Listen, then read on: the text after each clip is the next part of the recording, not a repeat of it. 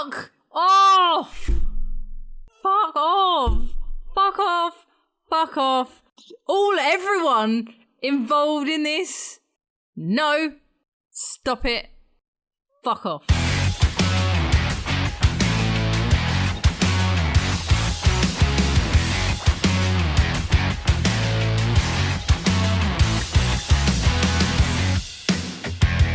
What's up, chatties? My name is Dan, and welcome to episode 32 of the Unusual Suspects podcast. Joined with me, as always, in this brand new year of lockdown is Andy. He said Andy. Hey, Is right. Andy. I didn't hear you the first time. My apologies. You think after fucking 32 episodes it'd be more fucking coordinated than just this, like, is it me? Is it, I'm Well, Andy? look, if I can't hear you say it, I can't respond, can I? Turn your volume up, you prick. I thought you were leaving it for effect. I thought you were trying to, like, build tension. Make it dramatic. Yeah, This podcast. very dramatic. Sometimes you just got to leave a pause for anticipation. I think I might have said anticipation. You did. Anticipation. Well, that's ruined my point, isn't it? Anticipation. Channeling my inner Sean Connery there. You've watched too many fucking Sean Connery, rest in peace, Sean Connery movies over the fucking festive period. Anyway, it's fine. It's understandable. Hi, Penny. Hi. I heard you. I'm anticipating this podcast episode. You guys sound like you're too spitty now. I don't like it. Too spitty. Yeah, Is this like another sort of Essex penis thing? No. Where are we going with You this? being unable to pronounce words makes you sound spitty. Anyway, hi everyone. Hi. Movies. I'm trying to segue. Apparently, we're the experts. Who said that? No one. Well, apparently, we are the go-to movie podcast for some people, as I've heard. Nobody says that. I've heard some people say, "Oh yeah, I get recommendations from you." I'm like, Really? no. It's not even my go-to movie podcast. That's the worst part. No, exactly. I barely listen to this shit. It's just fucking awful. Got better things to do. I listen, and I watched the whole of the highlight video you posted today, even though I'd seen it twice. Yeah, but You're our biggest fan, man. Need to get those numbers up. you only listen because we won't talk to you more than once a week. Yeah, I missed you guys. I was sad. But you just love to watch your back, really, don't you? It's narcissism. Narcissism. We're the biggest narcissists here. Like, the unusual narcissist. The unusual narcissist. I mean, it should be. No, that's the spin-off. So, let's not talk about bad things, because there's bad things in the world and shit going on. Let's forget all about that for an hour and a half. And Are we counting bad movies in not talking about bad things? Because if we are, I don't have anything to say. Penny, that's the metaphor. Fuck you and your metaphors. I found one this week. Well, it's not really a metaphor. It's just, yeah, I was going to go, yeah, and here's something I watched. Okay. And, yeah. So, I had a fun night last night, guys. Do we want to know? How much do you want to know? The bare minimum. Less details is better. Right, now, I was by myself, and I thought, podcast is tomorrow. I wonder what I could watch before we do the podcast. I didn't have anything to watch, so I decided to do a Google of films that people don't understand to this day, even though they're out, and they're quite famous, and there's very famous people in it, and they're also kind of disasters, but at the same time, people still kind of like them. Is that what you Googled? It's one hell of a search, isn't it? Specific. It was something along the lines. Now, you'll understand the reasoning of why that search was so long in a second when I explain something, but I was looking for something that was like, I want something that's going to make me feel like some people hate it, some people love it. So that's the kind of films, like Drive, for example, you know? Okay. I wanted to find another Drive to see if there was some coolness or weirdness about it and see why it was divided. Unfortunately, I wasn't sober. So the twist is I was not sober while I was doing this when I decided, oh shit, I need to watch something for the podcast. Also, I'm not sober. Fuck, how am I going to remember this? Don't really want to write down any notes and stuff. How's that any different to usual when you are sober? Yeah, good question. Well, I did something a little bit different and I didn't tell you guys about it. Usually I do something and you guys know about it. I'm going to kill the suspense here. Does anyone know, before I go on, the 1991 film, Nothing But Trouble? Nope. I do not. You do not? Why do I feel like it's got a monkey in it? Has it got a monkey in it? Like an orangutan? No? Okay. No? Lots of 90s movies had monkeys in them. Just saying. Yeah, that's true. Yeah. Baby's Day Out had a monkey in it. They had mostly pets, I would say. No, there was yeah. a lot of monkey films in the 90s. And then there was a lot of seals and things. Name me 2. Wasn't there one called Winston? Well, obviously I thought there was one called Nothing But Trouble, but that is incorrect. There was definitely Dunstan. Dunstan checks in. Yes. Oh, Dunstan. Oh my Yeah. God, I remember that. Jesus Christ. Didn't they make like 3 films out of that or I something? think so. That and like sea lions. Lots of sea lions in the 90s. Sea lions, yes. Well, anyway, there was no animals. Actually, okay, right. So Nothing But Trouble is directed by a fellow Ghostbuster, Dan Aykroyd. Interesting. I don't think you can say fellow Ghostbuster when you're not a Ghostbuster. Yeah. He has my name. There would be a fellow Dan, not a fellow... All right. Yeah. A Ghostbuster, Dan Aykroyd, made in 1991. And its story is by his brother, Peter Aykroyd. I'm looking at the poster Yep. and, yeah. Chevy Chase in it, as well as the main actor. John Candy, Demi Moore, and Dan Aykroyd again, playing various different roles, as I will go to explain in a minute. The reason I picked this film is because as I was searching for it, I read the Wikipedia page and I thought, this sounds like a fucking disaster just in terms of like how they made this film and got it together.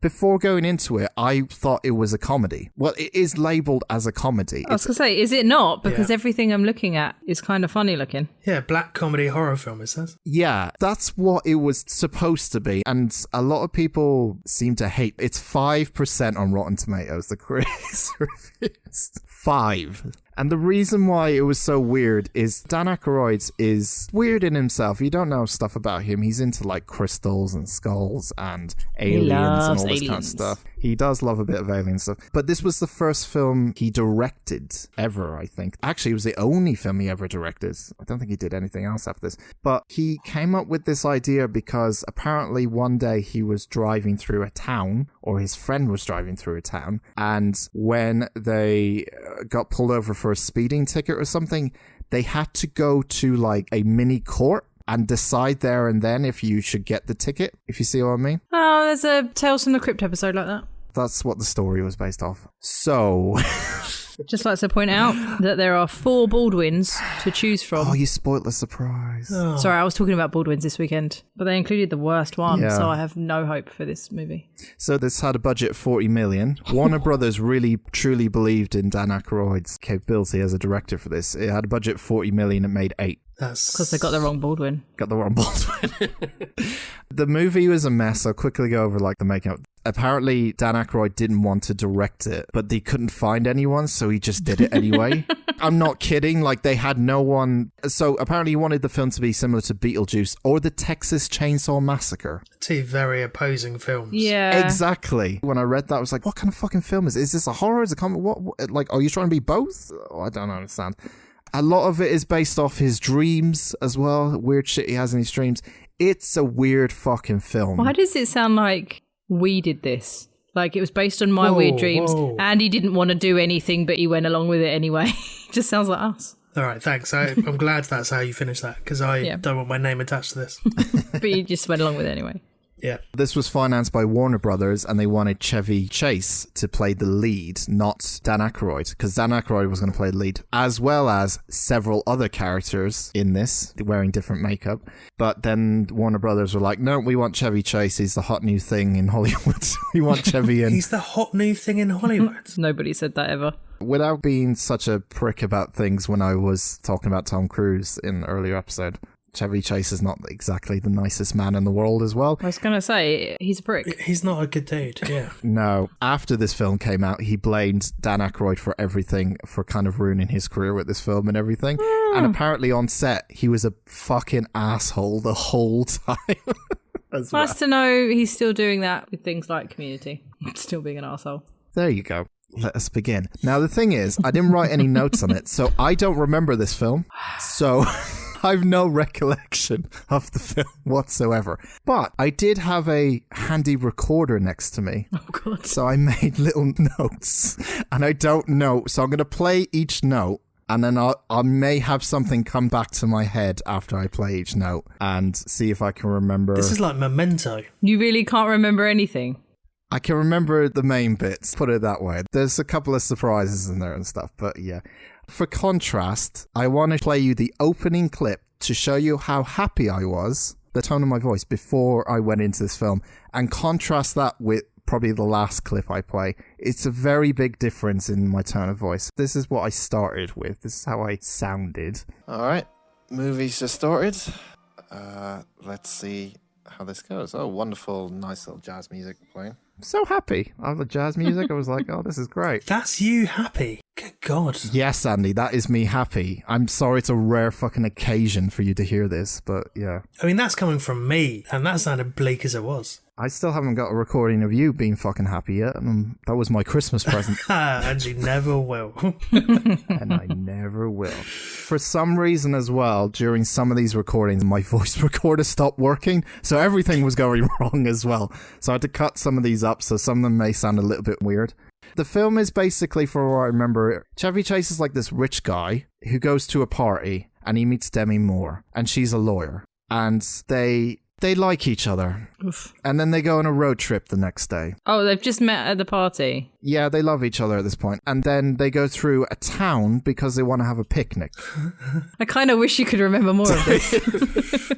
Demi and Chase like each other. Demi has to go to a place in Atlanta, I think, out of town in Atlanta. Now, Chevy has 2 Brazilian friends at this party, and they want to come along in this... I'm not fucking kidding. They want to come along in this car ride in the morning. And as Chase explains, oh, these 2 are my good friends. They're Brazilianaires. Hey. Very clever. Are they minted and also Brazilian? Yeah, and they're also the most stereotyped fucking Brazilians you can imagine as well. Like, so unbelievably stereotyped. But anyway. What is a Brazilian stereotype, please? I guess not Brazilian stereotype, but like, they constantly are like, how can I phrase this without getting banned? I think it's alright if you're describing the movie. Like, the opinions of this terrible movie do not. Loud. Okay. They always are dancing. They're always dancing to samba. Isn't that Colombians? I don't fuck it. South American. Right, there you go. Basically a couple, and the woman is dressed in like, it looks like a fruit bowl. Like my hat. Oh, like Andy's fruit hat. Okay, I'm with you. Yeah, kind of a bit like that. But they come along in this car ride. The only reason why he's on this car ride is Chase is delivering Demi to Atlanta. And then the Brazilian couple say, we're bored, let's go for a picnic. So they take a detour to a different town. And when they arrive in that town, it's like a ghost town. It's like everyone's staring at them. They're obviously rich in their nice big fancy car, and they're looking around. It's like, ugh, look at this place. It's fucking, it looks terrible. And, ugh, look at this crap. Meanwhile, there's about 60 jokes in between then, and I realized this afterwards that there were 60 jokes in there. I didn't laugh. There was no laugh. And you were not sober, so that bodes well. Yeah, it's not a good sign. This was my first note when I started to realize things were going downhill. I think the film is trying to make jokes, but I'm not sure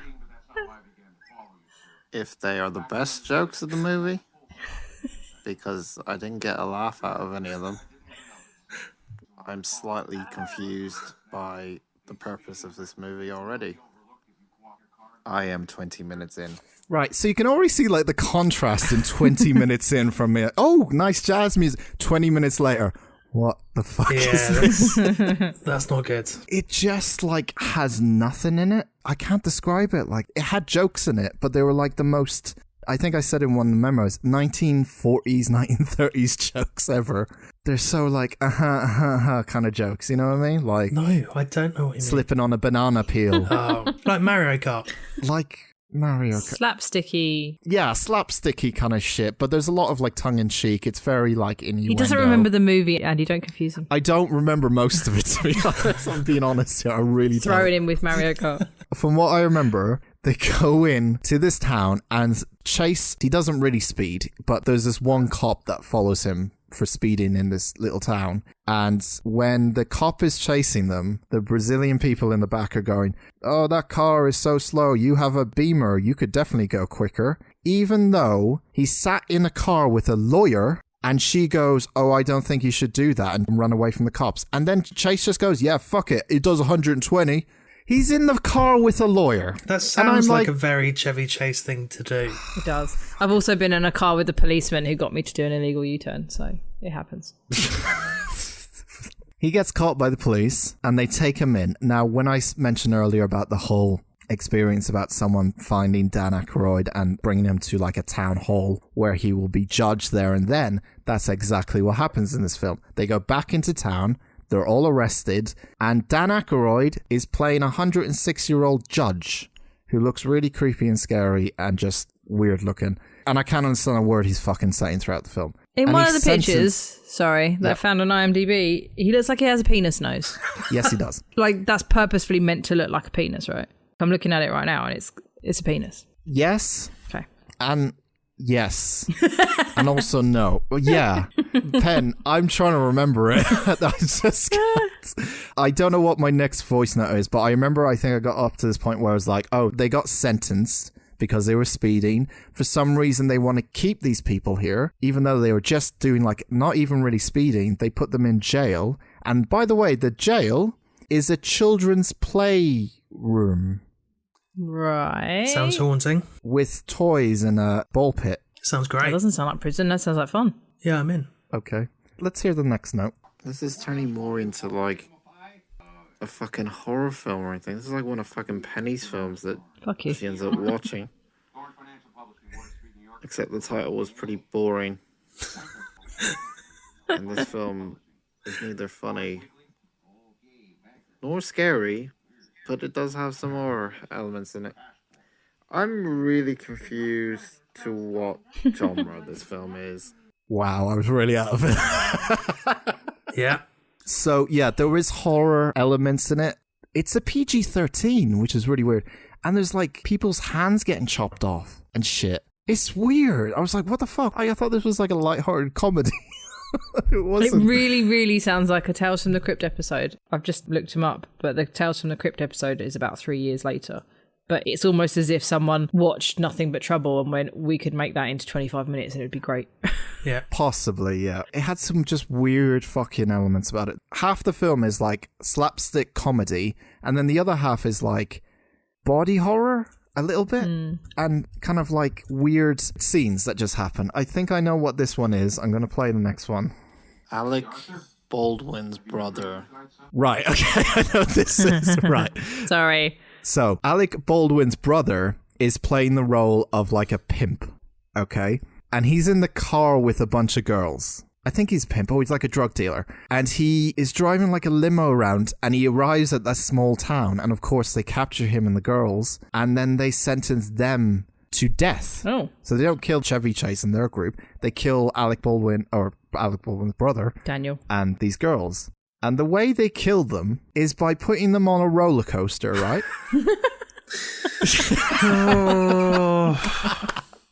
I'm not kidding. I get to be mad at Dan for his bullshit movie. Yeah, it's not me. So the house turns into this kind of fun house, like Pat Sharp fun house kind of thing, where like the stairs start moving and the walls keep moving and stuff. It turns into Pat Sharp's fun house really quickly. But when he sentenced them, they fall down a trapdoor that lands in a roller coaster cart. They're all sitting in this roller coaster cart, and it's flying towards something called, and I forgot the name of it, so I'm going to play the next bit. Okay, something actually happened 35 minutes into the film. People died by a thing called the bone stripper that strips your bones away. Alec Baldwin's brother is dead, guys. Oh. Is it bad you're kind of making me want to watch this? Yes. And I don't like it. I mean, Penny, you probably like it because it's down your street of terrible shit comedy horror things. No, I feel like I'm remembering this really good Tales from the Crypt episode and assuming it's like that and you've missed the point, but it's probably not. No, it's probably terrible. Just go and watch that instead. I will. It's just like the jokes. The joke side of it is so bad, but they focus on it so much that it like takes over like the weirdness side. Like it's half weird, half jokey and stuff. So yeah, it's a roller coaster that ends up going into this machine called the Bone Splitter. And so when Alec Baldwin's brother and these girls go into the Bone Splitter, they get chomped up, but their bones spit out the other side, and they're like just a pile of bones. Are they funny bones? Like skeleton? Like, do they look funny? No, they're They look bones. scary. Okay. They're bones. I was actually scared. Oh. It's a PG-13. I was like, how the fuck is this a PG-13? Anyway, The 90s were a very different place, Dan. they were. PG-13 is only a 15. So Yeah. The next note. This film It doesn't make it. It doesn't. I mean, it makes some sense, but it's not funny at all. And now they're going full on the jokes, and the jokes are just not hitting. Not a single one of them are hitting. It's like a really, really, really shit, scary movie kind of film. But it's really, really, really shit. What the fuck's wrong with me? I mean, you had definitely... You sound like the dream messages I sent to Andy when I've just woken up. Yeah, you'd definitely partaken in too much non-soberness. No, I think I was actually that sad. I wasn't sober before going into it, and you could hear how, like, chirpy it was. That's how much this film affected me. It was that fucking bad. Oh, It sucked the joy out of your life. look at you. You're such an amateur. Yeah. Such an amateur watching bad films and them affecting you. Yeah. Do it every Yeah. week, mate. Suck the joy out of your life, and we all know that you love to laugh. It will never happen again. I love to laugh. Anyway. It's never gonna laugh again. Shitty films sucked all the joy out. No? All right. All right. So, I think I remember this next bit because I was very confused by it. There is a group of rappers that I think existed. What were you laughing for? Of course there is. A group of rappers. Yep. I feel like you when we're talking about my movies. It's great. Yeah. There's a group of rappers that I think they existed in real life, okay? They were called Digital Underground, okay?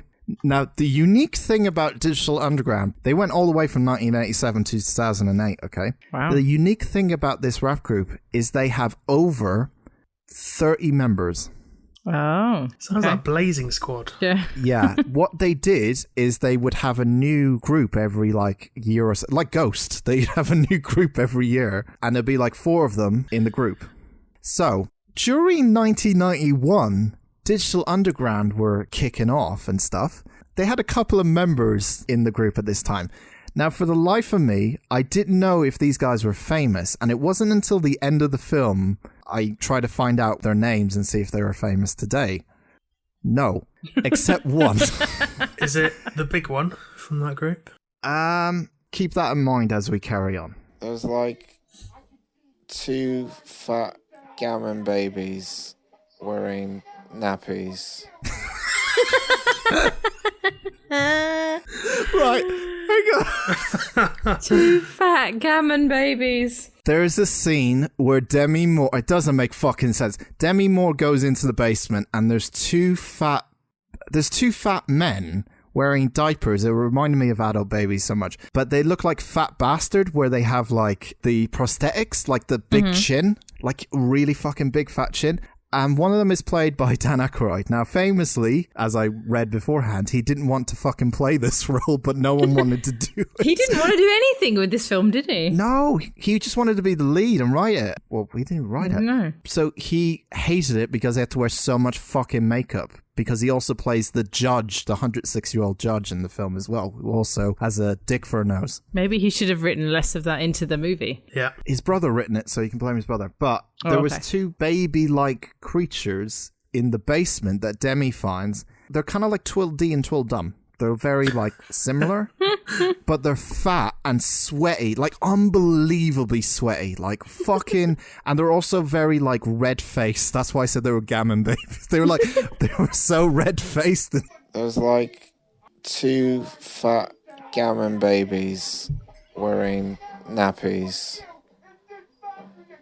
who look like Wayne Rooney.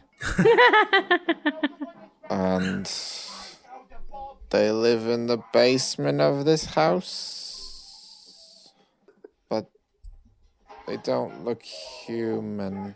I mean, they literally look like a smaller version of Fat Bastard. They even sound like him a little bit. So we're coming towards the end of the film. Literally, this is it. They just get trapped in a house and they try to escape, and that's it. That's literally the fucking film. It's so fucking bollocks. So, the rap group at that time make a cameo appearance, and they were speeding as well. And now they're facing the judge, which is Dan Aykroyd, to see if they're going to be sentenced and stuff. But instead of giving them a sentence, he tells them to perform and do a musical number. What? Makes sense, because they're rappers. And speed doesn't kill people, rappers do. Even the music is so shit. How is this film so bad? Holy fucking shit. This is just like so bad. Oh my god, Tupac is in it. What? Oh no, Tupac, no. He's in the Yeah. Tupac is in this film. He was part of the group during this time, so he makes an appearance. He literally is on camera for a period of 2 seconds, and he says like, yeah, that's what he does. They launched his career, Digital Underground. Did it? Oh, I didn't know that. Yeah. Oh, okay. So he owes everything to Digital Underground now. Yeah, and subsequently Chevy Chase. Chevy Chase as well. That's a bold statement, guys. So anyway, Dan Aykroyd, the judge, loves the performance. The song, by the way, was so shit. Like it was so bad. It sounded like a MIDI keyboard was playing the whole fucking time. You know, like the Casio keyboards with the DJ kind of thing? Yeah. I want to ask you if it's better or worse than the Elvira rap, but I imagine you don't remember the Elvira rap, do you? I don't think he listened to it. No, I don't think he did. I don't remember either. I imagine it's worse because the Elvira rap is great, but... Would it fit into 8 Mile? What, this one? This song? No. I can give a really quick one. It was just like... That was the beat, right? And then there was someone going, all right. Oh, no. That was it. That was the song. That was the song. God, I really want to mix that together. That's what we could do that. And then fucking Tupac just comes in all of a sudden going, yeah, like that. And I'm like, what the fuck is going on? I don't know if they're being serious. I thought they were being serious. I was like, finally, some good music. And I was like, he wouldn't have signed off on this, Tupac. God rest his soul. Fucking hell, there's no way he signed off on this. I was just like, He was oh my small God. fry then. Yeah. Yeah, I guess so. Maybe he Like was... we said, the 90s was Yeah. a very different place. Yeah. Anyway, the conclusion of the film happens, okay? And basically, all that happens is they escape from the house, Chevy Chase and Demi, and they go to the police from the other city. So they go to the next city in their car, and they're like, help us, we've been captive by this guy who has a roller coaster machine that kills people, literally. And this Dan Aykroyd is a judge or something in this town where no one lives. So they bring the police to this town and have guns outside the house and everything, right? And they bring the fucking army in as well. Like, there's army people as well. That's just this dude that has a roller coaster in his back garden. That's what they brought all these people for. Hang on. He's not just a dude with a roller coaster. He's a fucking murderer. He's a murderer of songs by the sound of it, but... Yeah, but also he was killing people on a roller coaster with the bone stripper. I know, but it's literally... The whole police fucking stage, like 100 people are outside his house with machine guns and the army. Good. I was thinking that's a bit overkill. A little bit He should be overkill. arrested. Anyway, they get back to the house and they're like, it's over, Dan Aykroyd. We've got the police with us. And then Dan Aykroyd goes, I'm just an old man. You shouldn't hurt me, blah, blah, blah. And then he clicks his fingers and goes, well done, boys. And then everyone behind them, the police and the army go, haha, got ya. And they're in on it as well. Yep. So the twist was he controls not just... It doesn't make a fucking lick of fucking sense whatsoever. They basically escape somehow and he escapes with Demi and then they live their life in like a luxury place. I thought the whole message of the film was like, it's not so bad to be poor. What's important is who you love and stuff. No, it was just like, we're rich. We have a nice place. Fuck this poor place. I don't want to live there anymore. They live in their new apartment. He turns on the TV. Oh, there's fucking one little detail that's coming to me that I totally forgot. The way they escape from this is the house is built on volcano lava. Of course it is. Wait, so not an ancient Indian burial ground or a pet cemetery. That's where I thought you were going. Volcano lava. Yeah. Coal, something about coal happened. I don't know. But basically, people were falling through the ground like the fucking end of the world kind of shit. And there's like lava going everywhere, and Chevy and Demi escape, and the police and all that die and stuff. But they get away, and that's how you think it ends. And there's a little twist. They get home. They watch TV. The news was reporting on it. Chase is watching the news and they find an old man looking through scraps in the wreckage and turns around and it's Dan Aykroyd, the 106-year-old judge, who has the driver license of Chevy Chase and goes, I'm going to go see my old brother. The film ends. What? Anyway. The thing is, I need to go back and watch that Tales from the Crypt episode because it is genuinely good. Watch this if you want. No, it's only 25 minutes. And I think it's very similar So I kind of don't have a problem with what you've said, but if it's going to be an hour and a half, then yeah, I will have a problem with it. You will, trust me. It sounds bleak. It is incredibly... Just none of the jokes hit. I didn't laugh at all. Like, I'd never laughed. I only laughed when it was so stupid. I was just like, what the fuck? Anyway, the credits rolled, and I was looking for the rappers' names because I was like, oh, I know Tupac. What about the other guys, right? Now, I want to preference this, and I don't know how sensitive people are, and I'm just reporting on what I saw in the credits, right? So I'm just going to warn people. I found it fucking so weird that his name was called this. Right, the film has ended, and I'm now watching the credits. And so it's named all the rappers that were in the rap group that were singing Still the not song sober. for some reason in the middle of the fucking movie. And these are the rappers' names. Now, I don't know if these are actual rappers. I know one of them is a real rapper. Here are their names. Humpty Hump, Shock G, Money B, Kent Rackner. I don't know if this says what it says, but it looks like it kind of looks slightly misspelt, but Naatsi Mohammed, Nzazi, and of course, finally, Shmoovy Shmoov. Shmoovy Shmoov. Shmoovy Shmoov. Andy, you were shaking your head. Is that not how you pronounce it? It looks like it literally is a letter right in between. And I was like, what? I think it's Nzazi Malonga. Nzazi. Well, no, now everyone knows. I literally looked at it and I was just like, oh, it looks like something else. But there was just one letter in the middle. And I was like, that's so weird if that's what I think it is. But either way, fine. I got it wrong. My bad. Yeah, that's the film. Christ. I mean, that was hard work to listen to. I can't believe you got through it. I imagine you wouldn't have been able to do it sober. Nothing But Trouble, 1991. Go check it out. It's just a freestyle. Meanwhile, we keep the beat kicking. Sweat dripping. Girlies in the limo eating chicken. Oops, forget the grease on your pantyhose. I love you, Rover. Move over. I gotta blow my nose. Sneezing, but still I'm pleasing. All of Slimmies. Pull out my Jimmy. Time to get busy with a Jenny. If it's good and plenty, don't you know? There I go, there I go, there I go. But I don't go. Penny, you're up. So, anyone remember that TV show Dinosaurs? No. I do. No? With that terrible, horrible ending. Oh, don't talk about that ending. Oh, is that the one with the weird looking like puppet people? Yeah, puppet dinosaurs. Were they rubber dinosaurs? Yeah, with the little baby. Not the mama. Yeah. It's also coming to Disney Plus soon, so I'm very excited. I love that show. So when I saw the poster for Theodore Rex with a very similar looking dinosaur on the poster, it looks exactly like one of the ones from the show. I didn't look it up because I didn't care. But I'm assuming that they were made by the same people, similar kind of thing. It's from 1995. Theodore Rex. Theodore Rex is... Oh, this one with Whoopi Goldberg. Yeah, starring Whoopi Goldberg and Theodore Rex, the dinosaur.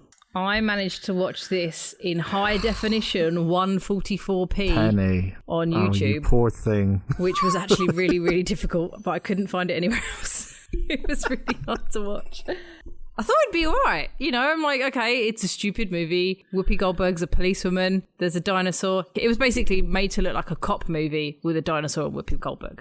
I can't believe you saw the poster and thought, this is going to be good. Yeah, even on the poster it says the world's toughest cop is getting a brand new partner and he's a real blast from the past. Like, it's so... I meant good content, not good. Oh, that old chestnut. It's really boring. Yeah, I bet. Well, I thought it would just be stupid, not boring. I'm used to watching stupid movies, you're not. That's true. I thought, you know, there's going to be a world full of people and a world full of dinosaurs and some of those people and dinosaurs are policemen. No. There is a billionaire man, and he has decided that the world is shit. Billionaire man. Yep, I don't know what his name. Kane was his name. Kane. Fucking, I Kane. did not pay attention to this. I don't know. Yeah, he's fed up. So he has been collecting animals and freezing them and putting them in his ark, inverted commas. And he is going to set off a missile to start a new ice age, kill everyone, and then start again by reanimating the animals in his ark. There was a whole black and white scene at the beginning that didn't really explain this. What? There's a guy that looks like Tommy Wiseau, and he shoots a butterfly at a dinosaur, which explodes. Hang on. Hold on a fucking minute here. Hang on a minute. Whoa. He shoots a butterfly at a dinosaur and the dinosaur explodes. Remember, I watched this in the lowest definition. Good so point. It's in black and white. It wasn't a butterfly. It's not Tommy Wiseau, but that's his name now. He opens a little thing and a coloured butterfly flies out, flies towards this dinosaur, and it explodes. But it's all right because it was a dream. But I think it did really happen. So can we just quickly go back to the purpose of the film? So the billionaire wants to create a new ice age. Yep, he's got a missile. He's got a missile that will create an ice age. Yep. How does a missile create an ice age? Just curious. Well, when you press the remote, something happens and then there's an ice age. I don't know. There was a lot of computery, futury words in this that made no sense. Oh, it's hackers. So it's a dream. Our main characters had that dream. Theodore Rex, Teddy. And he has this weird dream, and he calls the police because he's had a weird dream, and they tell him that there's been He calls the dinosaurs. police because he's had a weird dream. Yep. Penny should do that once. Instead, she just fucking calls me, and then I call the police, Yeah. saying, lock her up, she's Call fucking the mental. police. That is adorable. So he's like, oh my God, I've had a weird dream. Something bad has happened. Oh. He calls the police and asks them if anything bad has happened. And they're like, yeah, there was a dinosaur murder at the carnival graveyard, so you should get down there and have a look. At this point, I don't know what he does or why he's calling the police. Why this exists. So then you get shots of him having a shower, he's brushing his teeth, he says goodbye to his dog. He gets in his specially made car because dinosaurs can't fit in normal cars, obviously. So he's got a special car. Obviously, yeah. And he lives in a world that looks like a Disney park, but like a futury Disney park, not, like a cutesy Snow White one. It looks like a Futureland. Epcot. not even Epcot, like Tomorrow World, but like Yeah. what Tomorrow World looked like in 1995. It turns out that the billionaire, he brought dinosaurs back. He done a Jurassic Park, and that's why Theodore can live in the same world as Whoopi Goldberg. Oh yeah, and Whoopi Goldberg's part robot, I think. And there are some clones. I tell you what, I'm not far off from walking away today. This is getting out of hand. It was hard. So it's Jurassic Park meets Terminator. Okay. Yes, for children. For children. Yeah, futuristic Whoopi Goldberg shoots a guy and robs a truck? ? Oh, okay. She's part of the grid police. That's what I've written. They say all these things like I'm supposed to know what that is. Is it like hackers where they're using No. a lot of big words and... No, because you give hackers an 8 out of fucking 10, so you would obviously defend it to the fucking gods fucking came down from Earth. Right. Is it like they're using terms where it's just like for the sake of using terms? Like Spy Kids used to do it a bit. Yeah, there's so many. Trying to sound technical. Yeah. Body hunters, medivac, droids. Nothing makes sense. Like they're just saying all these words. Like she's like, I need to go to medivac. Oh, it's all right. I'm grid police. Oh, they're not body hunters. Those are zap men. What the fuck? I have no idea what's happening. Zap men. I think that's what they were called. We get to them later. There's some zap men. Are they men that come up and point their fingers at you and go, zap? I'm not really sure because of the definition. But when they got in a fight, they sounded like the bad guys in Power Rangers. Like, that's what they sounded like. Oh He goes to the carnival graveyard and there's a dead dinosaur there. And apparently dinosaurs are like twins. They can feel each other. So when he had that weird dream, he knew that the dinosaur was dead. He had a weird feeling. That's why he called the police. Oh, It turns okay. out Teddy is the assistant press liaison officer, which is why he can ring Of up what? the police and go, did anything weird happen? Of what? And they tell him. Of the police. Oh, okay, right. So he's a police officer. No, he is assistant press liaison officer. He's not a policeman. Okay. Whoopi Goldberg finds a dog and then she hangs out with a kid. Whoopi Goldberg finds a dog and then she hands it back to a kid. She hangs out with a kid. She just starts talking to this kid. I think his name's Sebastian. I don't really know. Well, that's even weirder. Yep. I'm going to be like Dan now, just reading my notes as if I've never watched this film. Turns out the billionaire not only brought back dinosaurs, but he's brought back elephants. And the big news is now he's trying to bring back raccoons. That's the whole That's thing. the big news, is it? Elephants, not impressive. Yep. Raccoons, fuck me, he's doing Everyone's like, oh, now need he's trying to them. bring back raccoons. What's next? it. Bring back a unicorn, then I'll be impressed. But a raccoon, fuck, they're just trash pandas, aren't they? Oh, I want a pet raccoon. Anyway, Drusilla from Buffy the Vampire Slayer, she's in this. Oh. She's great in this. Okay. I find out that apparently it's not a homicide if you're a dead dinosaur, it's a dinocide. Excellent. I feel like there are a lot of things that were supposed to be jokes in this, but only one thing made me laugh, which is later on, which was the most ridiculous thing ever. So Yeah, the 90s will have that effect on you. Yeah. yeah. So Teddy, he works for the police, but he wants to be a detective, but he can't be a detective because he's a dinosaur. He's got quite a high position. Why does he want to become a detective? He's going to lose a shit ton of cash. He's always wanted to be a detective. Got to think about that mortgage. Yeah. He also really loves cookies. Tells Whoopi later on that he's a recovering carnivore. There's some jokes about that somewhere. Right. Okay. He's like, oh, please let me be on the case. So I think some policemen are like, oh yeah, well, it'll be good for PR because he's a dinosaur. So It would be good for PR having a dinosaur solve the case. So cynical. That is so cynical. We've got quotas to fill. Let him do it. pretty much. Dad's dead. So they're like, okay, you can be on the case and we'll team you up with Whoopi. She had a name in this. It was quite cool sounding, but now I can't remember what it was. Katie Coltrane. Yeah, Coltrane, but she is Whoopi. But she doesn't want to work with a dinosaur, and they point out, he asks if she's a bit speciest. Speciest. Because she's like, but you're a dinosaur. And he's like, yeah, but I want to be a detective. And she's like, yeah, but you're a dinosaur. And he's like, are you a bit speciest? But she's got a fair point. Because if he's a T-Rex, if he's got to get a gun out of his holster, he's not going to be able to do it. But there's tiny hands, isn't Yeah, it? exactly. He's fucking hands he can't even reach. He doesn't believe in guns. There's a whole thing about how he doesn't Oh, use. fuck off. I mean, he's not allowed one because he's not a policeman. But there's a whole thing about that. Sorry. I just told him to fuck off. Sorry, Teddy. How do you think he puts his shoes on in the morning? He never takes them off. They showed him taking his shoes off, and they look like, you know how I like slippers that look like bare feet and dinosaur feet, Yeah. and they look like animal feet. Yeah, he had like shoes. I'm that- wearing some right now. No, ones that look like animal feet, like literally that look like a bear paw or a dinosaur Oh, foot. right. Not Sorry. a shoe. All right, well, that's answered the shoe question. How does he put his trousers on? Because he's got to bend down and pull them up, surely. We will talk about how he changes his clothes later on. It is Christ. not. It gets a little kinky. Where do you go for dinosaur autopsies? Anyone? Do you know where they do those? The dino operation. The Natural History Museum. Okay, fine. They go to the Natural History Museum to talk to she's not a coroner, she calls herself the head dinosaurologist, which I don't think is a word. Correct me if I'm wrong. No, it's a word. Isn't it paleontologist? Andy's going to Google it. I think it's a word. It's It could pushing be it. a word. It is a word. Oh. It's an informal term for a paleontologist who focuses on dinosaurs. Oh, they've dumbed it down for the kids. Okay. As they're walking through the Natural History Museum, Teddy tells Whoopi Goldberg how fossils creep him out because he can hear his ancestors when he walks past them. They talk to him. That's fucking haunting. Yeah. Yeah, she's like, what do they talk to you about? He's like, they tell me to like follow my dreams and be a good person, that sort of stuff. Jesus, that's even more haunting than I thought. Yeah, that's a bit weird. Nobody likes positivity. No. Dinosaurs call people soft skins. Okay. Can I just make a quick point? Yeah. Why is the dinosaur community seems to be, just saying, mildly racist?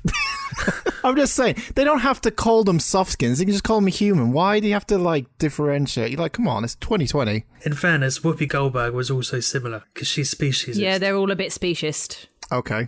I mean, Yeah. the moral of this film is going to be, we can all work together and that we're all the same, really. Ding, ding, ding, ding, ding. Point to Andy. Don't spoil it. Fucking hell. That is the point of the film. Well, it isn't, but they say it at the end. So the dinosaurologist has got no leads, so Teddy's like, let me have a go. And I think, because I couldn't really see, he sticks his hand down the dead dinosaur's throat and pulls out a bit, and he's like, send this to the lab. He calls up someone, and he's like, right, I need a tail print ID. Expect a hollow print in the next 5 minutes. I was like, Who says this? this is Teddy ringing up a lab. They'll all say, fuck off, just write a press release. That's what your job is, you prick. You're not a detective. No, he needs a tail print ID in a hollow print. your pants or on. something. So it turns out the dead dinosaur Yes. is called Oliver, Of course he is. and he used to live with a dinosaur called Molly Rex, and she sings at a club, so they have to go to a club to find Molly. Is she wearing makeup and a dress? Can I just She's get wearing a dress. She's quite sexy. I don't know about makeup. I couldn't really sexy see. dinosaurs? Always happens. I didn't know that 144p was a definition. I didn't know that footage could be that shitty anymore. Well, back in 1995, it probably was. You got the true, authentic experience. I guess, but I had VHSs better than that. Yeah, there's a dinosaur. It hits on Whoopi. It doesn't speak English or human like Teddy. It just makes really weird noises at her and waves, and it's really creepy. Like a dinosaur would. Yeah, but the other dinosaurs talk. This one, I don't know, maybe it's nervous. Doesn't speak the same language. if it was a dude doing that to you in a club or a woman doing that to you in a club, you would run away. I wouldn't. What if someone came up to me, like a woman came up to me and just went, Yeah. I'd be like, Tell me more. Molly does a sexy singing number. What does she sing? Something about not being an angel or being a good girl or something. It was creepy. I didn't like it. I'm skipping massive chunks because nothing really happened. Somebody in a lab works something out by breaking he's like, the writer. it's a guy in a lab and he's like, I've worked it out. Like, I've broken the code. And someone's like, what code? He's like, the genetic code. It's like children have written it. Surely they would have done that to bring back the dinosaurs in the first place. I assume so. This is the thing. If dinosaurs exist in this world, why does the billionaire want to bring back the dinosaurs? They already exist. They're already, like, they're police officers. No. He brought them back. Yeah. But his end goal is to create a new ice age. Why? To get rid of the humans. He wants to get rid of humans, and then he's got a big frozen zoo arc thing where he's been collecting 2 of everything that either is extinct or not extinct to start the new world. So he's Noah. Hang on a second. A raccoon's extinct. In this world, yeah. Not in the real world that we live in 1995 Disney dinosaur world. If they can, like, genetically create a dinosaur, why are they bothering to solve this dinocide? Why don't they just create a new one? Because they need a film and money. I don't know, there are clones in this too of people, but I don't know where they came from. So Whoopi tells Teddy to go home, so he's driving home and his car gets attacked by zap heads. His car gets attacked with fire extinguisher foam and it ruins his car. Right. The police team keep saying to Whoopi and Teddy, you need to get this solved by prime time tonight. I've just written, when is that? I don't know when prime time is. Like, everyone is just like, you need some answers by prime time tonight. Like, I don't know when that is. It's when the football's on, isn't it? It's the late game on a Sunday. You need to get solved by time. The fucking football's on tomorrow. You need to get solved by tomorrow. Not like, you need to solve this by end of play, or you need to solve this by prime time. I'm like, is that like 7 p.m? Is that when the good telly's on? I don't understand. It's after the watershed. So if Teddy's going to pretend to be a detective, he has to dress like one. Oh, of course it does. Anyone want to guess how dinosaurs change their clothes? Andy? Go with your wildest. No. No? I think it's some sort of machine. Like Wallace and Gromit. Yeah, wrong trousers kind of thing. It reminded me of a Star Trek transporter machine. Oh, yeah. So they step in it and then the clothes just appear on them. Well, Whoopi takes him to a tailor. I don't know. To a lady who runs this machine. Is it a dinosaur tailor? Is the tailor spelled T-A-I-L-E-R? Hang on. That's the same way you spell tailor anyway. Ignore that. Let's cut all of that shit out. Continue. Oh my fucking god. I see what you were trying to do there. Thank you. But it didn't work. Thank you. I was too clever for my own good. I didn't work it out quick enough. This film is too smart for you, Andy. A lot of films are. This, Spy Kids. So Teddy gets on the machine, but apparently before you can get to detective clothes, you have to go through quite a lot of stereotypes, such as Mexican and Russian and Scottish clothes first. So they do a whole thing of like, they press a button and now he's Mexican and then he's Scottish and then he's something else. And then Whoopi's like, he needs to look like a cop. So can you do that? Does he do a shit accent with every different clothes? For the ones that I was paying attention to, yes, because I had to rewind and pick out some stereotypes because I wasn't paying attention. He does make some sort of comment about a breeze while he's wearing a kilt. I don't know where dinosaurs kept their ball bags. I don't know if that's a problem. It's a question I ask myself every day. So she's like, put him in cop clothes. She says, okay, types in some things. The next scene, you see them coming out of the place, and apparently detective clothes are just blue jeans and a hoodie. So he's fuck off. What was he wearing before that? Yeah, what was he wearing before that? I don't know. I don't think he had red trousers jeans on. and a Red jeans, blue hoodie. I don't know. I remember being like, oh, he's wearing blue jeans now. I feel like he maybe didn't have trousers on. So he's naked. Did you know there was a Theodore Rex live? Christ, really? Yeah. Oh, yeah. So whatever he's wearing in the poster. Oh, my God. His shoes. So... You know how dinosaurs, they have like almost like 3 toes with claws, that kind of thing? Yeah. In the poster, on each claw, he's got a Converse. So he's got like a triple Converse on his foot. He'd be a fucking nightmare to go to Foot Locker with, because you imagine he'd be just like, oh yeah, I need 3 pairs, but my toes are probably different size, so I need to get like the same shoe with different size for each one. It looks like he's just wearing like a bunch of red Converse that they've... I don't know. This film was a whole bunch of I don't know. So what you were saying earlier is that he wasn't wearing any pants. I don't think so. I wasn't... Again, it was very fuzzy in that definition. I wasn't really paying attention. Do they just put a denim jacket on it or a leather jacket? Because that's all I'm seeing. So. Yeah, he's wearing like a sweater and then a vest and then a cardigan and no trousers by the looks of it. No, I think they're green cords, aren't they? We're spending way too much fucking time. Okay, we get it. We're spending way too long on this. Come on. So they can't find another dinosaur-friendly car, so they have to drive around in a garbage truck. They are obviously now going to investigate what's going on, but they have time to stop and play hockey with that kid that Whoopi Goldberg knows. They go to this place called New Eden, which is where the billionaire works. So that's his whole secret project. Like the name of his lab with like where he freezes, because I think he also freezes, you know, he does cryogenics because he can bring back dinosaurs so he can bring back people. Right. And it turns out that Oliver the dinosaur worked there and the dead clone came from there. So they're like, you're the suspect. Don't ask me about clones because I know they were in this film, but I don't know why. I really don't. So then they have to have Oliver's funeral, which is a recycling ceremony where they liquidize him and fertilize flowers with his liquid dinosaur form. That's a bit bleak. Well, they give everybody the flowers afterwards. They do like little pots of flowers and then they give them to their friends. So you've got a plot full of like dead dinosaur with the flower sticking out the top. No, they liquidize him and then they pour him out of a tube and he fertilizes these little plant pots and you take him home. So his DNA is inside the plant pot? Well, no, it's just like, you know, dead things fertilize flowers. It's kind of nice. Instead of like cremating him or bury him, they liquidize him and he fertilizes flowers. I did not think that this was going to be an issue. Yeah, but what if you forget to water it? Well, then a flower will die down. It's still a normal flower. Yeah. It's got nothing to do with his DNA. It's just what they've done with his body. If you water it enough, are you going to get a tiny Oliver growing out of the pot?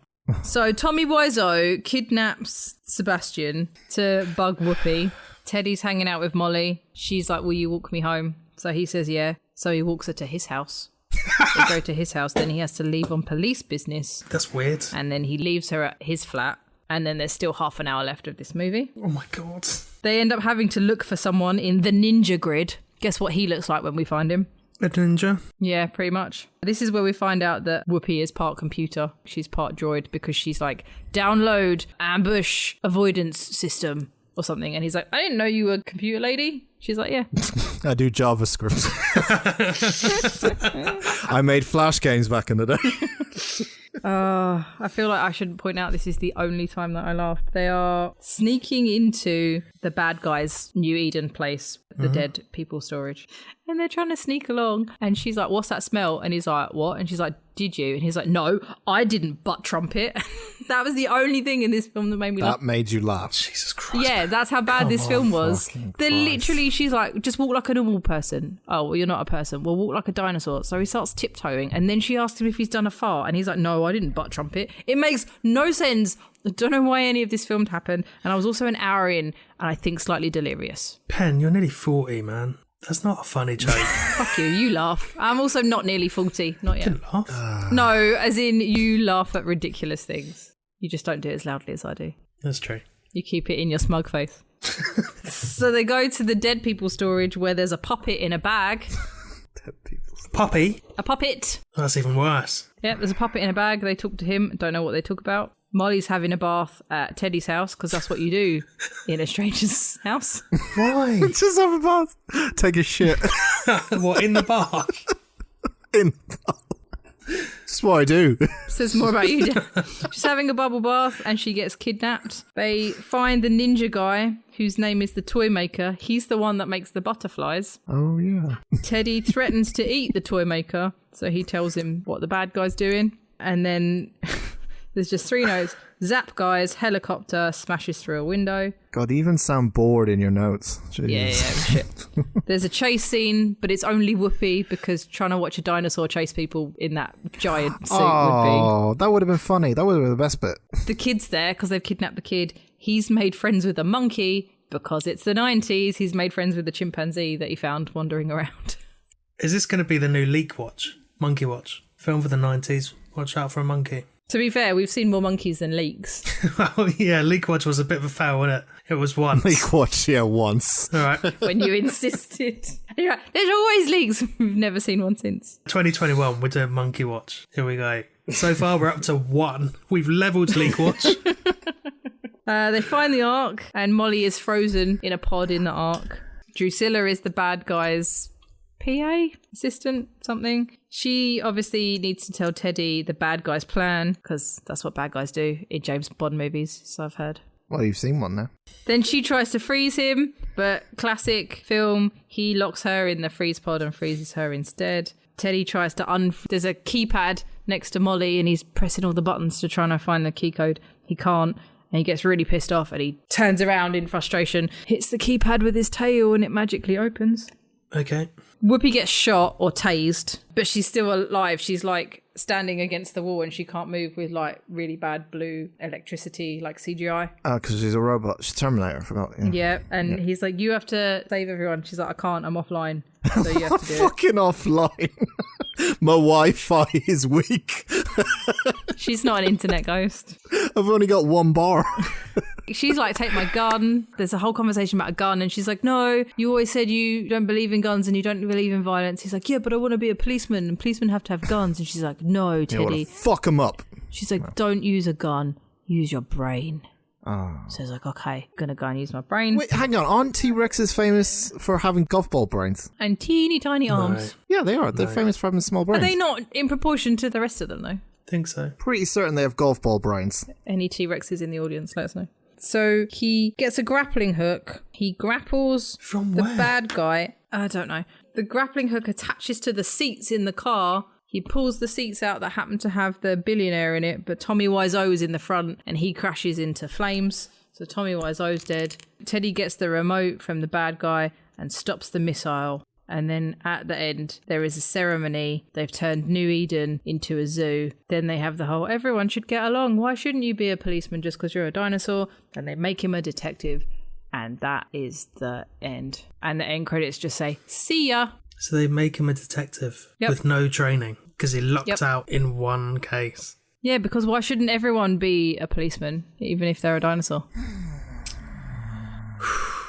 You can find this movie on YouTube. Apparently it was put up in 2017, the entire movie, and it has had 70,683 views What? since 2017. How long do they count a view? Do you have to get all the way to the end? I don't suppose you do, but... It's 5-10 seconds. Oh, so that everyone could have tuned out after 10 seconds, which is probably highly probable. Yeah. and I'm the only one that watched it all the way to the end. And you're the only one with the highest viewer retention. Yeah. They're going to be looking at their stats and be like, oh, shit, our stats have gone up so much. Loved it.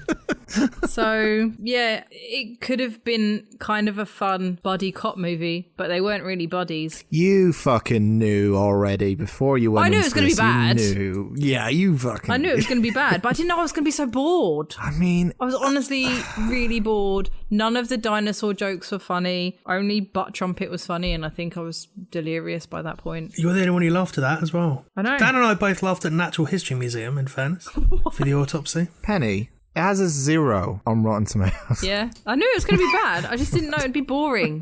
There's a difference between bad and boring. Whoopi Goldberg tried to drop out before they started filming, Oh, did she? and they sued her for $20 million. Damn, that's how bad it fucking got. So she settled and then made them pay her $7 million. What, for doing it? Yeah. I mean, she looks great. She's in like some skin tight futuristic outfit. She gets to do some wisecracking and some punching and kicking, but With a dinosaur. the dinosaur doesn't really fight anyone. She does most of it. Yeah, I'm saying her buddy Oh yeah, is a dinosaur. When she looked at the script and she was like, oh, this is going to fucking sell millions. like that dinosaur TV show was massive, and they obviously were like, we can use the same people and like try and cash in on it. So I assume at one point she's like, oh, this could be quite good, and then it was just dull. You know me, I love a good bad film, but this was dull. So there you go, Cool. Theodore Rex. But it wasn't a horror film, so you can't complain at me. Yeah, but I mean, still, it doesn't feel any different. I don't feel any different after that. You know what you are? You are the classic Ankylosaurus type. That's right. Tough exterior, but soft and gushy on the inside. Ooh. Andy, cheers up. Well, I've got some bad news for you. I was expecting both you and Ben to have something a bit more entertaining. Well, not entertaining, because that's a bit less bleak. Ah, you think highly of us. Thank you. With no previous reason to. It's odd on your part. I know, it was my own fault, wasn't it? I fucked up here. So the film that I watched this week is the 2013 film The Miracle of Life. Are you watching birthing videos or something? Its other name is The Thingy, Confessions of a Teenage Placenta. Oh, for I fuck's fucking sake. heard about this. I've heard about this. A teenage placenta? Yeah. Fuck off. I've seen like bits. All right, let's just get through it. Yeah, go. Just do it. I would like to premise first off that Andy, just like in Bad Biology, and in fact this is the first time since that Bad Biology episode, he is showing us stuff on screen, which can only mean one thing, ladies and gents. So get ready for some loud noises. That sounded wrong. Yeah, there are visuals, which is probably not a good sign. So this is a 2000 film. I think it's actually a Belgian film, but it was bought out by the Troma team, or produced by Troma.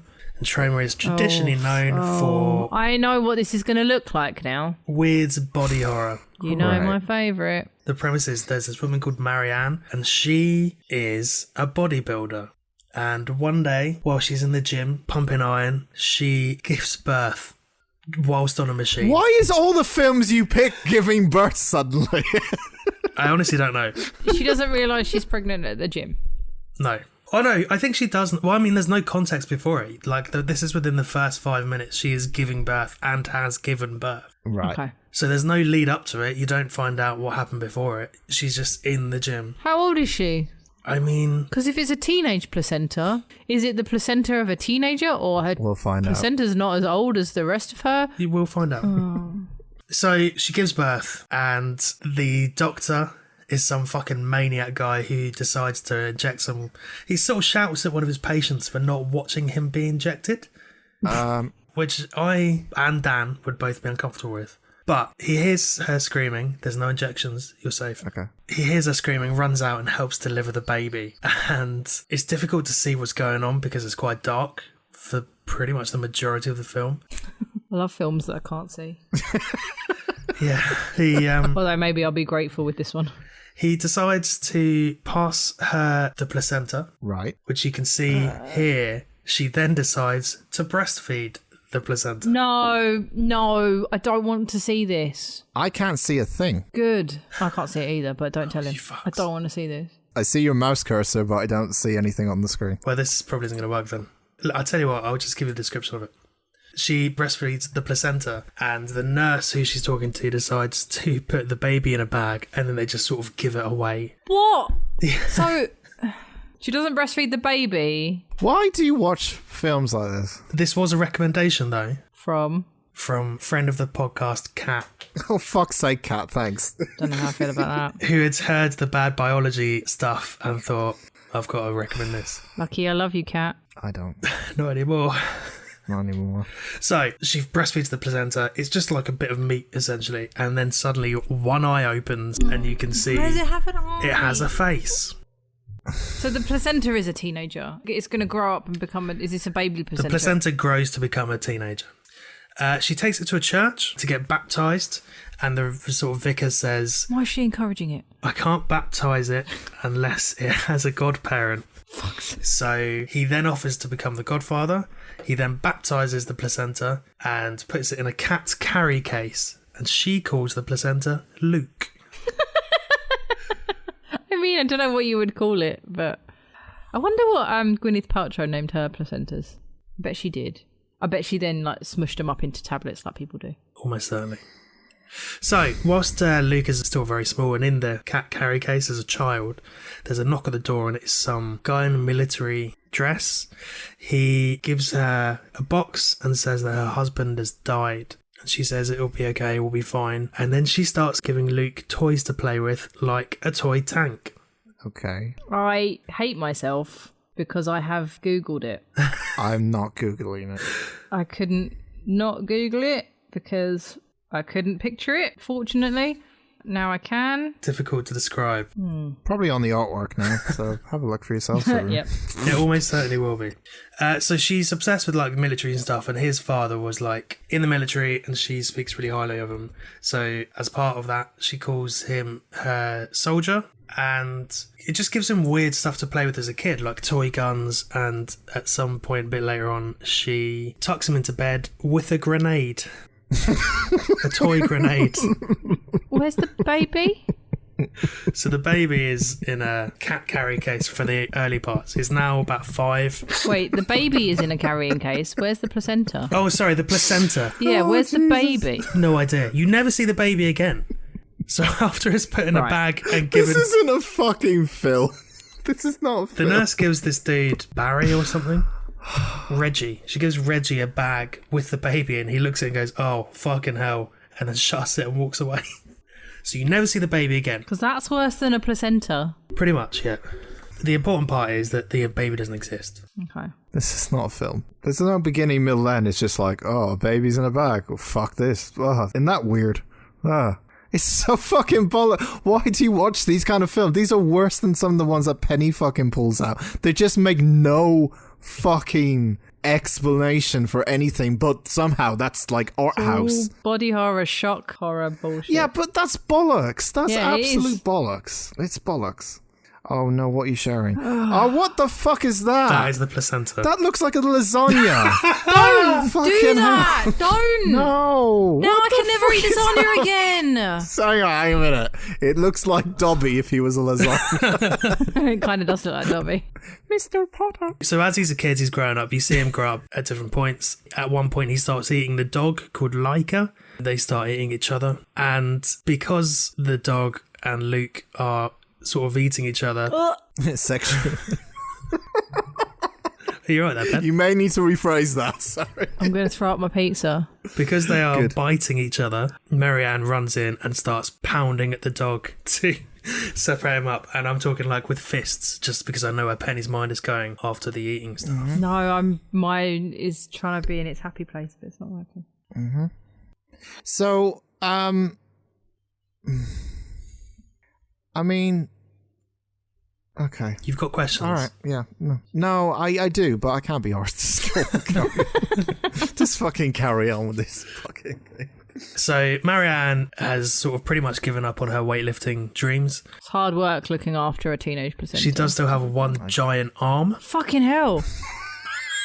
She's just got one. She's just got one massive arm, yeah. That is essential. Fucking giant. When I say giant, I'm talking like... Fucking ripped. Yeah, it's like one arm is like Schwarzenegger and the other one is a child. Mine. Penny's. Tiny. Question. Is Marianne played by a person that identifies as female? No. Okay. When was this made? 2013. But trauma. Okay. Not that I'm condoning, Yeah. but there's a characteristic of trauma films. So Marianne is a man. Yeah, played by a dude. With a big arm. Look at the placenta. He's got a Lego hand. He's got like a little Lego claw hand. This is like something I made in my first project in school. Like, it just looks What? like... Did they put you away afterwards? Like, did they get you the help you needed? No. You know when you used to make hot wax candles art? No. No. You put it all over your body. I can't. Sorry, it's too easy. Go on, Andy. I can't. So we'll cut to the chase here because there's a lot of bollocks that goes on. The house that they live in for the entirety of their lives. And it's a bit like a crack den. There's a couple of homeless people who live outside. One is called, I think, Bill the Hobo and Harry the Hobo, if memory serves. Okay. And whenever anyone walks past them, they get a bit touchy-feely with them, which is, not good. What? Are they molesting the placenta? Not the placenta, but they do ask if he's joined the Harlem Globetrotters because they're looking for a new magic ball. I don't know what that means. He doesn't What even look the like a ball. fuck does that mean? I don't know. I honestly don't know. Okay. Why do you put us through this? Because I thought someone had to this week, and I wasn't sure if Penn would. Do we have to? Have you questioned that during... When you came up with this, would you like... Nah, maybe I won't give them a fucking hard time. Well, look, I thought that between you and Penn, you'd have something more positive to talk about, but so far your film was fucking bleak and hers was bullshit. And for some reason... Well, this is the bleakest of all. Mine has got the highest fucking rating on IMDb and Rotten Tomatoes. That's the worst part. By a fucking distance as well. This is like 5.2 on IMDb. Fine. 5.2. That's less than average. It's less than average, but much fucking higher than today's. I want to know if Whoopi Goldberg would rather have been in this or Theodore Rex. Okay, so for some reason, Luke watches a lot of nature documentaries, specifically ones that are about animals breeding. I don't really know why, but he watches one about a deer where the deer is sort of birthed and then eats the placenta, and he has a bit of a panic attack about it. Fair. It's pretty haunting to watch for some reason. But he has a panic attack, starts screaming, so Marianne comes in and starts beating up the dog again. No idea why. It's just like that's her thing to do, to calm him down. Before the end of this, I feel like I need you to try and play it again. I need to know what the placenta What are you sounds like. doing, Penny? You're the one who's like feels sick, and now you're going to be like, oh, we must see it. No, but I have questions. I feel like I can't purge it unless I've seen it all. Fine, I guess. Like, I don't know. It'll be better for the podcast, I guess. I'm doing this for the podcast. Keep happy thoughts, happy thoughts. It's at this point that I should point out that it is on Amazon Prime, so you can watch it whenever you want. Thanks, Andy. So, he has a birthday party, and that is the image that we've seen earlier with him with the cake. Yep. He then goes to school, and there's a shot of a classroom with all these kids, and then just a giant placenta sat in the middle of the room. Is it bad I want him to be wearing a tie? Just imagined him in a tie. I don't know if he does wear a tie. I don't think he does, unfortunately. I don't think he has a neck. All the kids in the class are talking about the teacher, and they say that the teacher has once shot a child. There's no reference to that afterwards. We never see the teacher again, so I don't know why it was brought up. But Luke has... Luke has a remote control car that he drives around because he can't walk very quickly. So he's got... You know, like the battery operated ones that you give to kids, like the red Tyke ones, but with a battery in it. He's got one of those. So he drives around at the school, except it breaks down and all the kids get annoyed and step over him. He then goes down a creepy underpass on his way home, and a kid from his class realises who it is, runs up to the car, kicks it, and then pins him up against the wall and threatens him. Again, this is a weird placenta that he has pinned against the wall. So they're back in school the next day. They're in PE and they're playing volleyball. Luke isn't, obviously. He's on the sidelines. He's not the ball either. And he's checking out one of his classmates, and he starts to, like, seep fluid. Oh, for fuck's sake. No, just... He starts like drooling or whatever. Andy, this is not a film. This is just a bunch of things that happened in video. I'm getting there. I'm getting there. I thought mine were a bunch of things that happened. I'm getting there. But yours makes like in order. It makes sense. His is just like now it's playing volleyball. Now it's birthday party. I'm getting there. So he goes to the toilet, and there's a bully who beats him up, and he steals his lunch. And then he shoves a ham sandwich in his own face and says, "Oh, ham, I love ham." And for some reason, it really made me laugh. He starts having a weird sort of fever dream, and there's different styles of art. It's a bit like Adult Babies, where there's like weird stock footage, black and white. There's chalk drawings and animation, stop motion. And he goes to see the vicar afterwards, and he tells him about the girl that he was looking at called Rihanna. And this is the one that made him... Who was looking at a girl? Luke. Dribbling. Yeah. Sorry, I stopped listening after the word seeping. Yeah, I know you did. I'm still here. The vicar, for some reason, asks about her legs, and then he starts massaging Luke, and then he's tickling him, and it's just a bit weird. It's like... No, just stop. Stop. No. Come on. So he goes back home. That fucking gormless placenta face paused on my stomach. What the fuck? Like, I'm sorry, and I know I'm sometimes a dick to fucking people who make these movies and they think they're like, oh, it's No, a you're passion fine. project. Yeah, well, either way. Like, sometimes, like, it's like people will take it to heart, especially if we make a fucking highlight clip out of this, which probably will be now, Yeah. and they'll hear about this. I'm sorry, but this sounds like utter Trauma don't give a shit what you say about fucking them. trash. Like, you just have a bunch of things and haha, it's a placenta, make it do things. Like, it's not... Come on.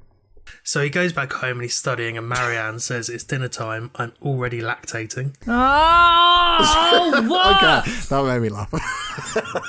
No! I'm back in. You're just adding more gross things to be gross. I'm already No. lactating. We don't see No, that. Daniel! I might use that as a pickup line. No! Luckily, Pen, we don't see that. But she does go back to the doctor, who says her arm isn't as strong as it was, and if she wants to compete, she needs to do something about it. He also recommends to stop breastfeeding, which is good. He gives her some injections. Wait, she's still breastfeeding the placenta. Yeah.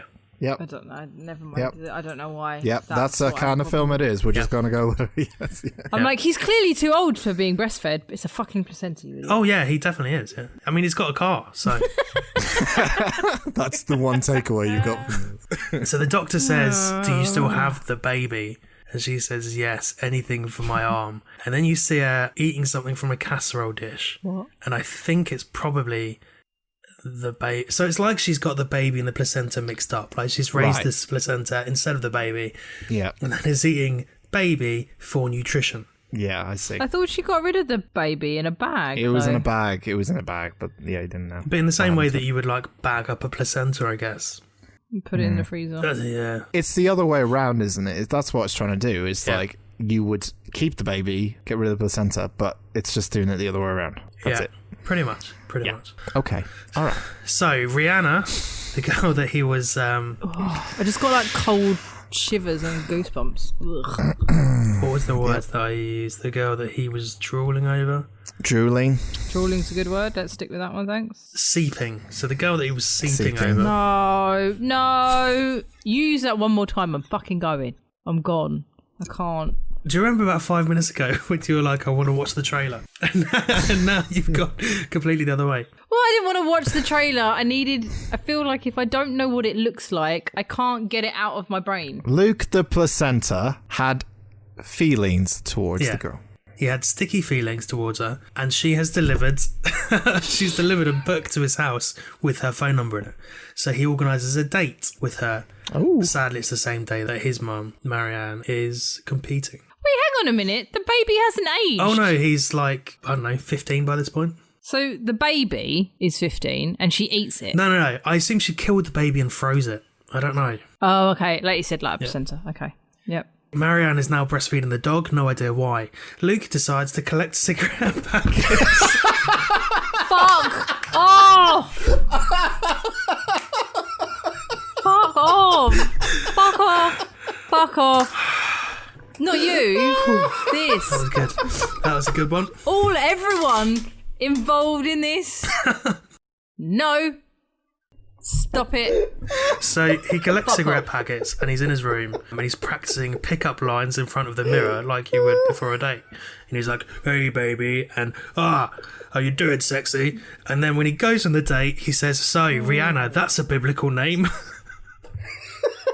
She asks about his car and he says, yeah, it's great. I've got all these corporate stickers on it. And then he mentions that it's been set on fire. Because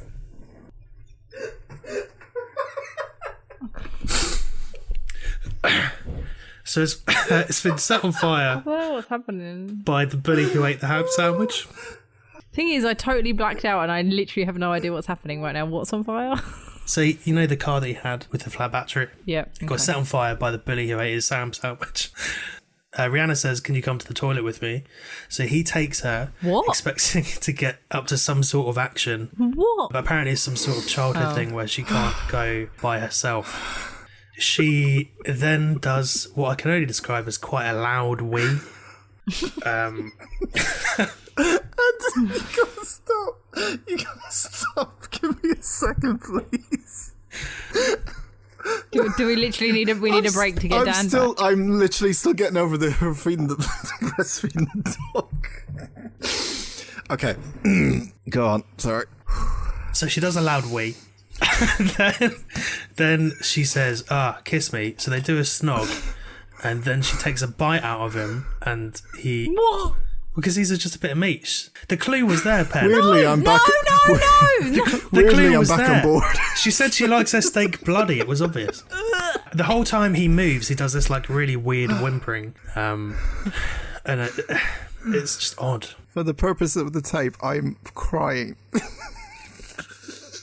I've had to get a tissue from the kitchen because I'm so... Oh, like I'm laughing at the same time I'm thinking, what the fuck is this fucking thing? Your eyes are seeping. Oh my god.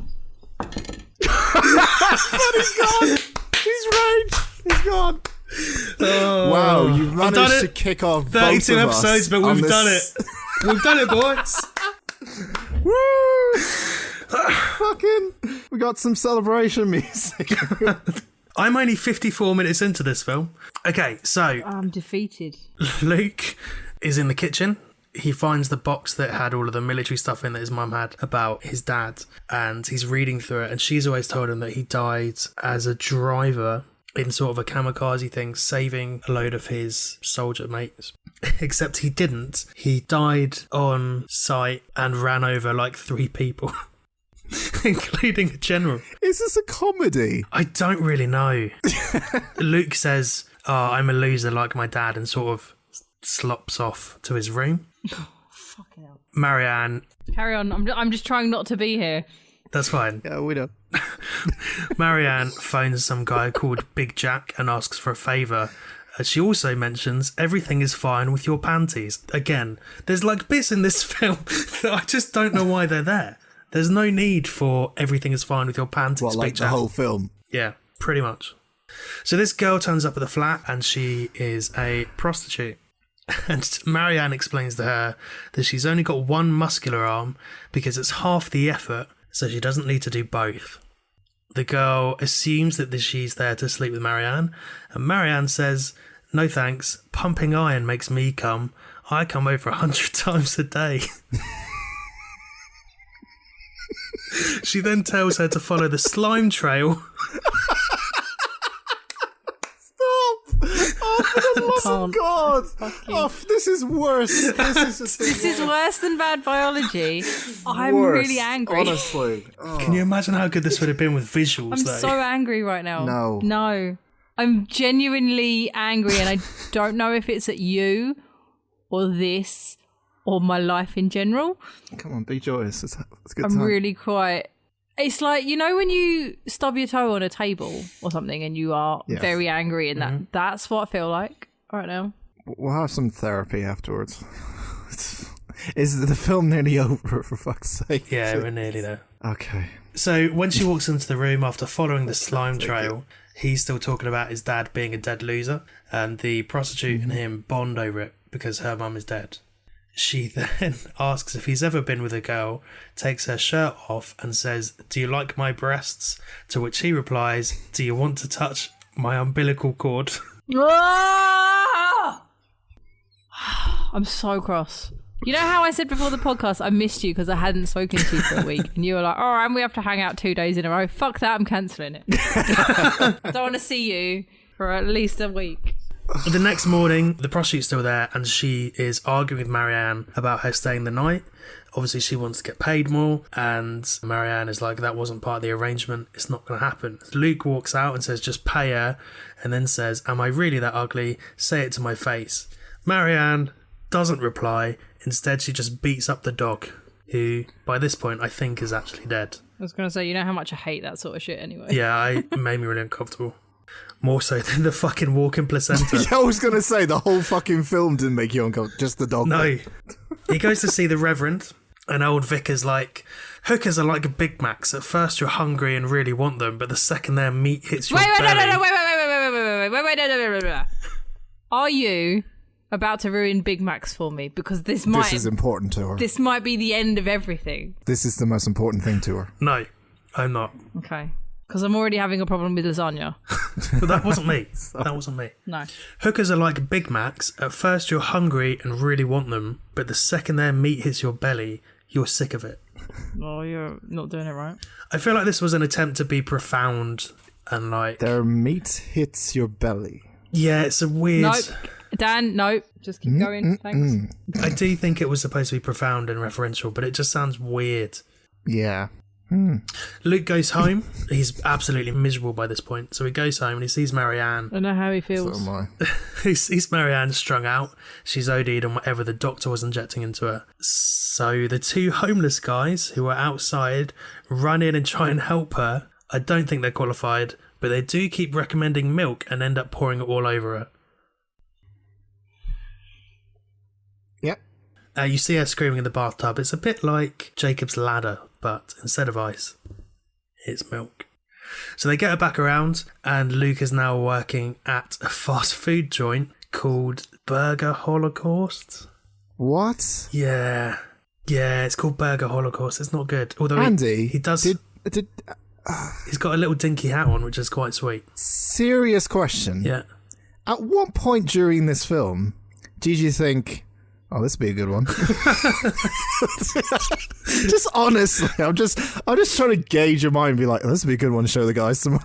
I'll be honest, I put it on, but didn't leave myself enough time to watch something else if this was shit. So it was this or nothing. He texted me earlier and he said, I might have made a mistake with this film. Oh, yeah. And I was like, haha, a funny mistake at least. Oh, it will definitely be a conversation, but I don't know how it will go down. Then you don't know me very well. It's one of those where I'm not sure I can make it fun. Yeah. And I don't think I can. That's the problem. I mean, it's not fun. It's just... Yeah, but he wants to be waterboarded. This is his idea of fun. I was thinking this would be another bad biology. Do you know what I mean? The reactions would make... Well, it is. And it's panned out, in fairness. He just likes torturing us. Yeah. Mm-hmm. So he's working at this fast food place. Marianne has survived the overdose, but she's lost her muscular arm. So now... Oh, no. So now he's bringing in all of the money for both of them, and he's also helping wash her back. I don't really understand why. And it's just a bit bleak. Like, it just... It's difficult to watch at this point, and less so because it's a walking, talking placenta, just because it's quite dark and soulless. I can't wait to cleanse my palate of this film. I think I might watch something more upbeat, like Requiem for a Dream. Yeah, I'm with you. Yeah, I'm going to watch Butterfly Effect. I'll be honest, I'm going back to it. So Luke leaves the bathroom after he's washing her back, and she is shouting at him saying she can't get out, even though she's still got two legs on one arm. Oh, so the arm's not small, it's gone. It's gone. Yeah, it's totally gone. It's been lopped off, yeah. Okay. Yeah. So he goes to the kitchen and he gets the gun from the box, and then he shoots her, and she starts shaking in the bathtub, so he shoots her again, and she's dead. And then he goes to a hospital, and I thought, how is she still alive? How has she pulled through this? He bumps into a doctor, he shoots him in the knee, and the doctor says, why are you here? You can't be here. So he shoots him again. Wow. And then he goes into a ward full of babies and just starts... Oh, no. Yeah. Your face when you just... No. I'm not even looking at you right now. No. So he goes into like a maternity ward and just unloads on all of them. And What? like, it's considering how fucking nothing, like, sort of blank this film has been the whole way through, and how you're supposed to feel sorry for this placenta and he's been mistreated his whole life, and then he goes in and murders 7 babies in incubators. It's just such a turn. But I'm because I'm trying to do this with every fucking film like this, like you bring to the fucking table. I'm like, what's the message here? Because I get if they're trying to say like, okay, well, you know, placentas, they get thrown out and babies are the ones that are kept because everyone sees them as, you know, normal in a way. Yeah. Then the placenta might be jealous of the babies and shoot them. But the fucking stuff that happens all in between that doesn't make a lick of sense. No. And then that just ends. I don't get it, because like, I mean, that's not quite the end. Oh, for fuck. The hospital ward goes from like babies crying to just machines flatlining. Lovely. And then it cuts to a church and there's a news report that says he'd killed 7 babies and a nurse. You see the vicar and then there's a knock on the door and it is Luke. And the vicar says to him, he sat at a table and he says to him, I see what you did. You made them die for your sins. Did you? And Luke says something like, haven't you got things to be doing, old man? Get to the point. And then the vicar starts cutting into Luke and eating him. And then it's credits. And it's one of the weirdest, bleakest films I've ever seen. Like, the whole build up to it. Like, there was no payoff. No, like, shred of joy in it. And it was just fucking bleak. I think that's why I've been a little bit down on both of you today, is because I just don't know what to do with this film. It's fucking odd. That ending is just not what I expected at all. Really? After seeing all that film, you didn't expect a happy ending after all that? Yeah, but he had been sort of held back by his mum and he'd had this shit childhood. I was half expecting him to sort of escape that life and then do something that he wanted to do. Like, he was into his art, he was into driving. But no, to go in and shoot a load of kids and then get eaten alive is, like, starts bleak and then gets fucking worse. Andy, at one point you said the dog was getting breastfed and I couldn't stop laughing. And I know I shouldn't laugh at that, but it was just so unbelievably fucking stupid and just unbelievable that I was just like this film seems like, let's do everything we shouldn't. You know? That kind of thing. Yeah, it's like, and let's do everything people will get angry about. Penny will get angry about. And it's transgressive fiction, and that is very trauma. It's body horror. But it's a difficult watch, not because of, like, the weird gore, just because it's so hard to put up with. I feel less mad at it now you've said that, weirdly. Like, now there's like a weird bleak ending, I'm less mad at it. This film isn't a comedy by any stretch. It is like Requiem for a Dream. It's like, it's not a fun watch at all. That said, if you want to watch it, it's on Amazon Prime. Oh my god, this is the saddest podcast I've ever been in. Yeah. Ever. Yeah. That's the thingy. Fucking Confessions hell. of a Teenage Placenta. Well, while I was trying to be in my happy place, I messaged Kat. Oh yeah, thanks for that. And I said, Kat, my love, please tell me that you haven't actually watched that film that you told Andy about. And she said, of course not. Oh, This is the same as Brad. Like, they drop hints. You got- They're like, Yeah. oh, you should watch this. And then I fucking watch it and get the heat for it. yeah, fuck you, listeners. That's what Andy's saying.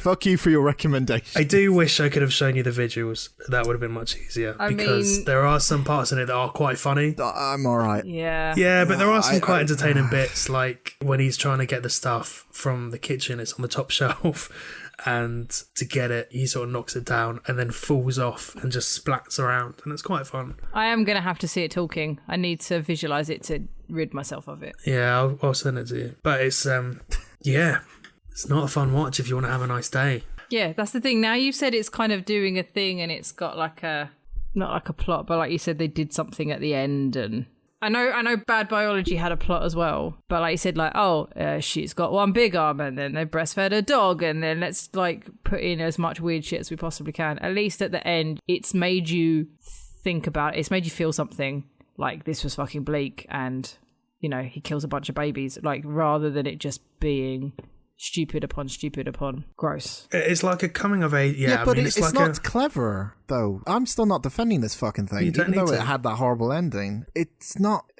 a fucking story, you know? It's just... No, it is a story. It's a coming of age film told by placenta, not a person. By a placenta, where a dog gets breastfed and the placenta kills babies and then babies get eaten. I mean, come on. But it's the same as those films where, like, the kid is getting bullied and then he goes in and shoots up a school. Like, it's the same sort of principle. Yeah. Yeah, but You just see all the backgrounds and all better that. told.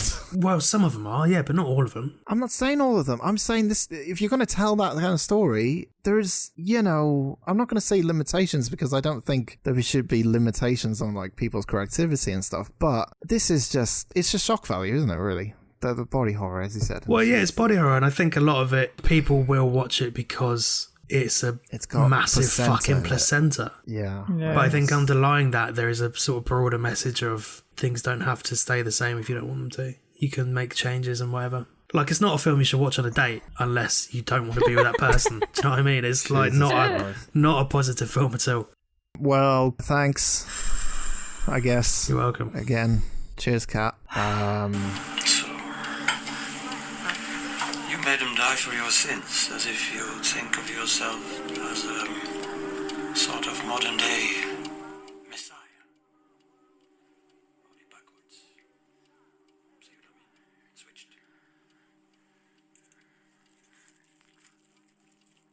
I'm going to die as your biggest sin. Penny, what's her socials? Christ. You can find us on Facebook and Instagram at Unusual Suspects Pod, and on Twitter at Unusual Podspect. I can't take this anymore. What's mine? At Penny_photopit. At Dan fucks about a lot. At Joyce's At Dan talks a lot. at Joyce's 21. Guys. We're back next week. Hatchet 2. Go watch it. Good. I hope you hate it, Andy. I will. You know I'm not going to enjoy it. Oh, fuck. We have to watch Hatchet 2 now. You know what? After that, everything I see now is going to be good. Yeah, you're going to watch it and be like, it's the best thing I've ever seen. I remember before we started recording and we were like, what order should we do things? Oh, Dan can go first. And I was like, I'm not sure I can make mine fun. Let's put me at the end. It's just as fucking well. Oh, thank fuck. Could you imagine if we'd done the whole episode with such God. flat... I was going to put you first as well. Yeah. Imagine if I put you fucking first. It'd be like Bad Biology and I had to sit through the whole fucking thing like, Yeah, I'm really sorry, everyone. Yeah, well, fucking thanks, mate. Fucking, we're back next week. Movie out of the hat, more great content. Some content? Any content. I might watch Confessions of a Teenage Placenta too. Get fucked. We'll be back next week, as I keep saying. I don't know really what to say. I'm fucking done. All right, bye. Bye. Bye. Bye, everyone.